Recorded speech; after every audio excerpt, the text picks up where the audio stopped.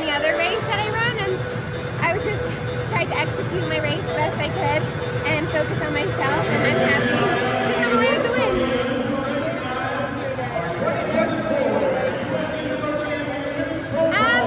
Honestly, no, because in the women's 800, I mean, in any event, but I feel like our event is so stacked, and I could hear everyone behind me. Obviously, when you're running, you have no idea what's going on behind you, so I was just under the assumption everyone's like right on my tail, ready to pounce on me, so I tried to just stay focused and yeah, just like close as hard as I could and be ready if anyone were to pass me to make a move as well. And luckily I didn't have to deal with that today, but yeah, I'll have to watch the race back, but I'm sure they were all right there. So you're off to compete in your first World Championships, never being an experience like that. How do you mentally prepare yourself to go up against that competition? I mean, I feel like coming from the 800 in the US, like it's almost like every championship is like a world-class championship. We have so many amazing women in this event, so I'm just gonna try to, like, again, focus on myself and run the best I can. I want to represent the US to the best of my ability, so I'm just gonna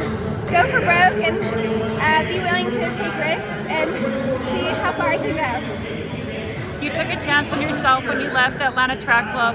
What has that transition been like for you?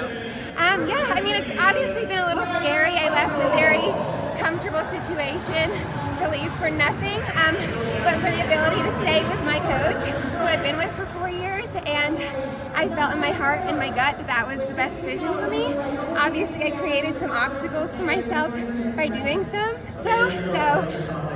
that's been tough, but I've been able to make it work, and hopefully now my name will be out there. Maybe someone will pick me up. You were telling me at Millrose you were waiting for the moment to click. Yes. Did the moment click today for you? I think the moment clicked, yes. I feel like I did. I stayed very composed, and in races like this in the past, I feel like I've panicked and held other people on a pedestal, and you know, I knew today, like, I could have just as easily come in 6th as I could have won. It was just depending on who had it in that moment, and yeah, so I think the moment happened. Do you want to see the last 10 meters? Because everyone was screaming, it was pretty much a blanket finish. Your name popped up first, so what was kind of going through your mind those last few steps?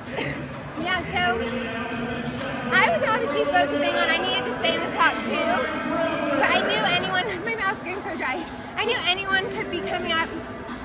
Sorry. Go ahead, we're in Albuquerque, drink your water, you're good.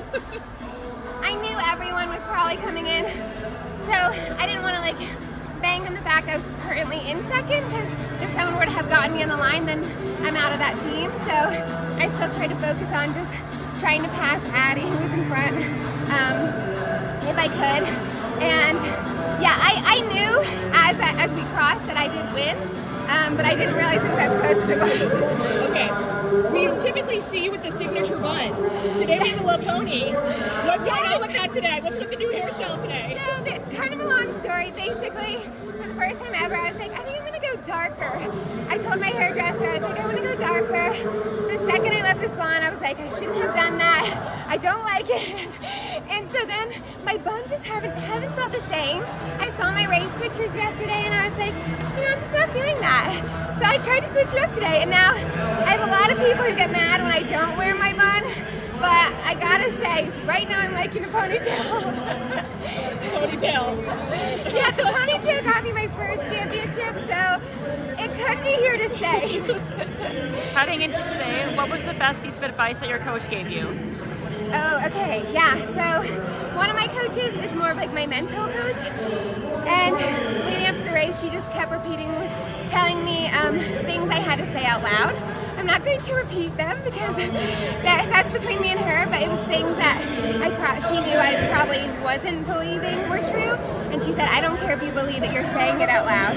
And I did, and then while I was racing, those little things were popping up in my mind, and I think it's what brought me home, so that was really good advice on her part. Are you working full-time or part-time in Indianapolis now? I ended up having to pick up a nannying job. Since I don't have a contract, I don't have any income, so I was starting to get a little stressed about that. I have an amazing family that I'm working with who's super flexible and willing to work with my schedule. They're so supportive of me, always telling me my running comes first. So they feel like my home away from home in Indianapolis, so I feel really lucky to have them. But yeah, I'm still running full time and doing that on the side. What's the best way? What's the best way to reach you? Is there a number I can reach you at? Yeah, maybe off camera. Yeah. Yeah, thank you so much.